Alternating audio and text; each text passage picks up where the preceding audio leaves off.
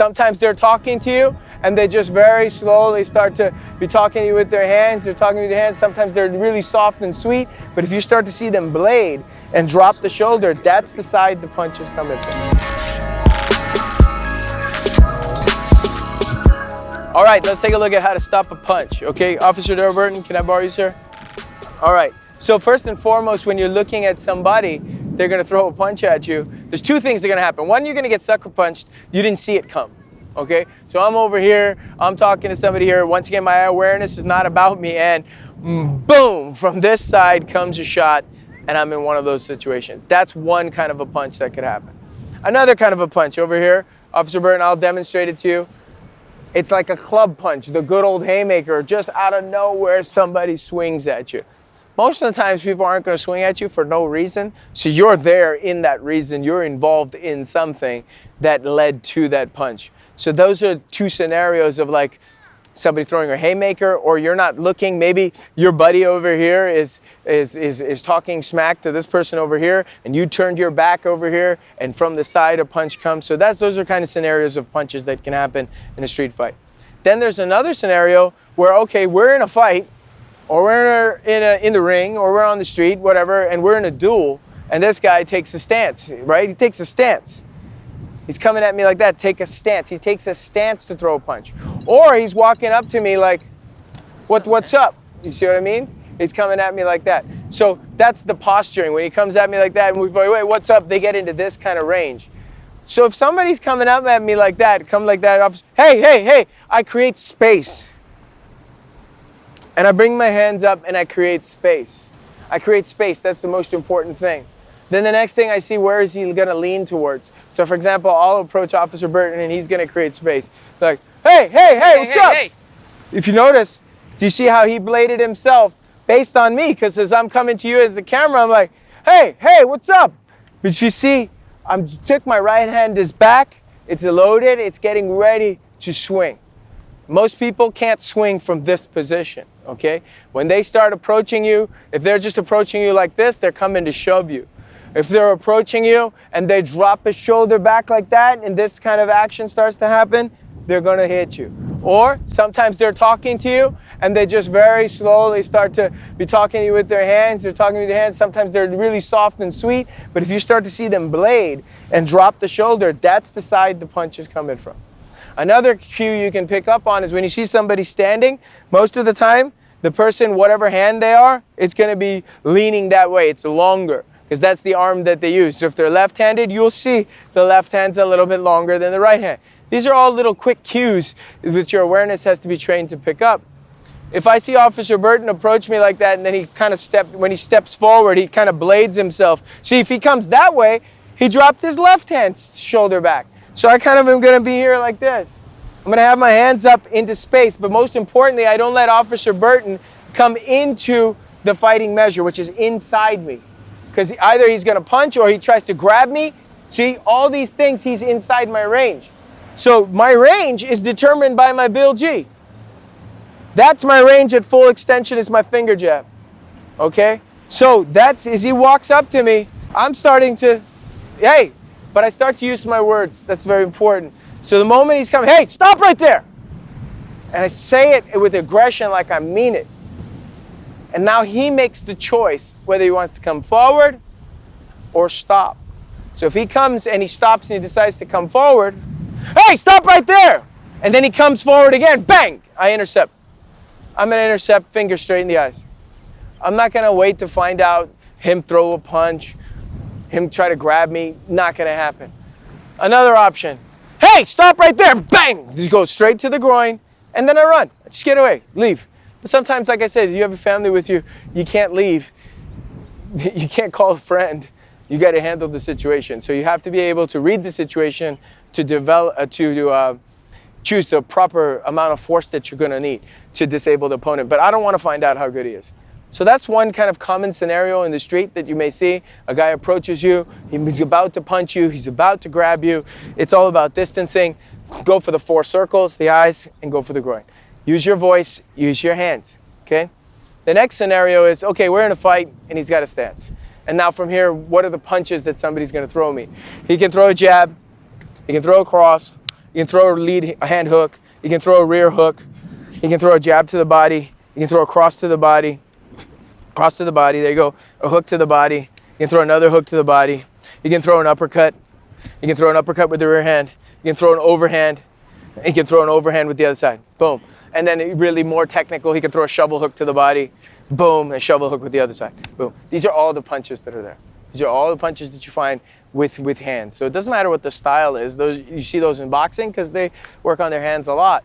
But the most common punches you're going to see is you're going to see either a jab, okay, or a cross, or a hook, a hooking motion. More importantly, you'll probably always see a hooking motion.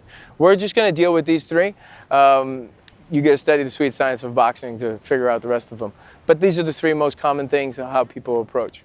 Okay, so now when we take a look at a jab, let's break down the jab. If you learn to defend against the jab, you can learn to defend against everything else because the jab is the fastest tool in empty hand combat. It's the fastest shot that goes out. So the first and foremost thing in defense, from a defensive perspective, for me, I have to manage the distance. I have to manage the distance. So what I use to manage the distance is going to be my footwork. I'm never going to stand still. I'm always going to use my footwork and I'm going to move. Okay, so that means that my stance is very important.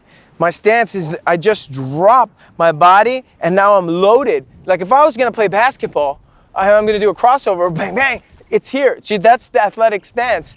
It's not here.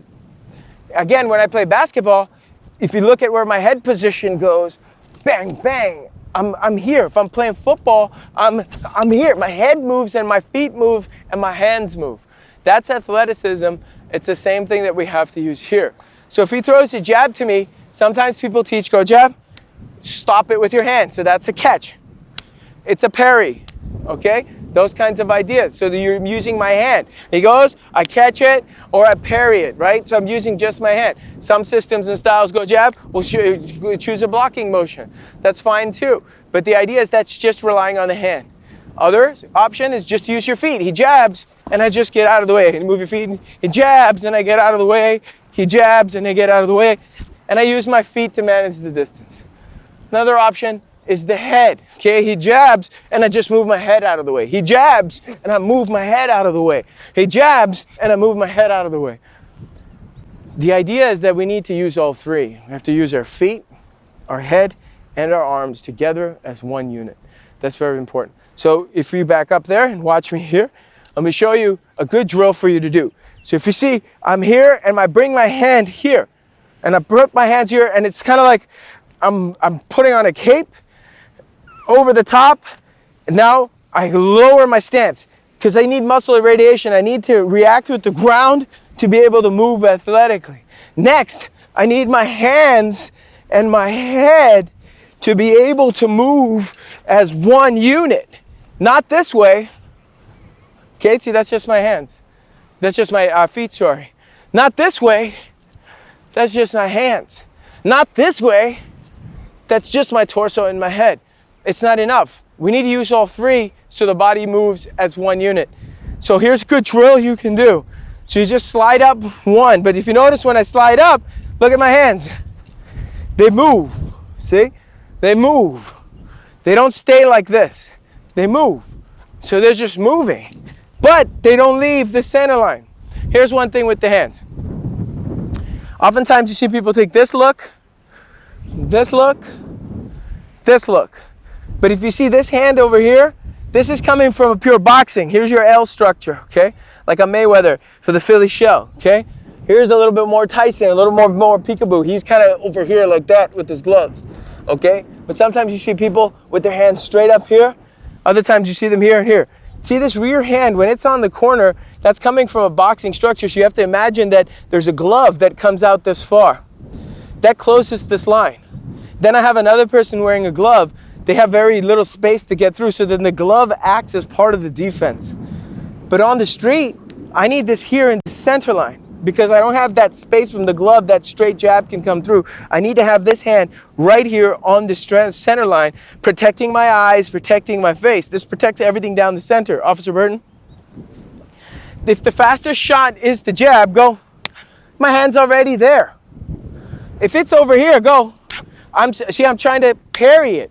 So if he parries, okay, so parry me, Officer Burton, see, he parries, then I just come around and I can just hit him right around. Because I've gotten him used to parrying.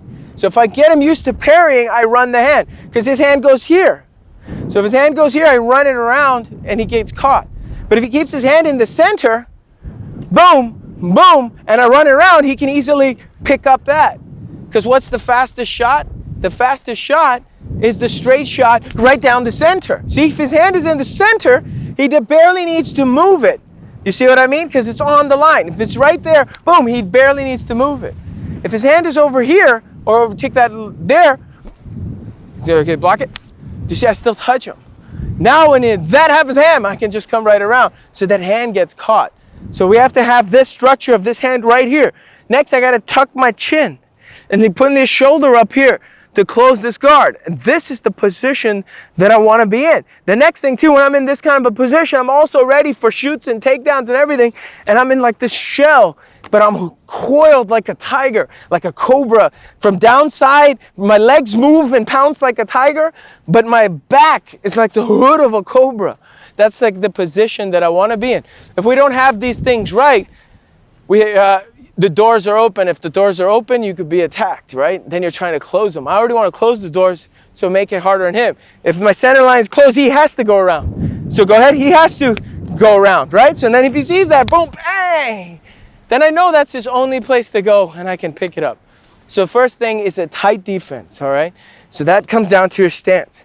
Next, from here, I am in perpetual motion. That's the thing. As I'm moving, and I move from my hips. If I move forward, back, left, right, I'm moving. And as I move, I'm always covering. And when you move, you shift your weight. When my head goes to this side, it loads this side so I can pivot 45. If I want to go that way, I load this side, come back to the center. I go forward, back, to the left, to the right, back.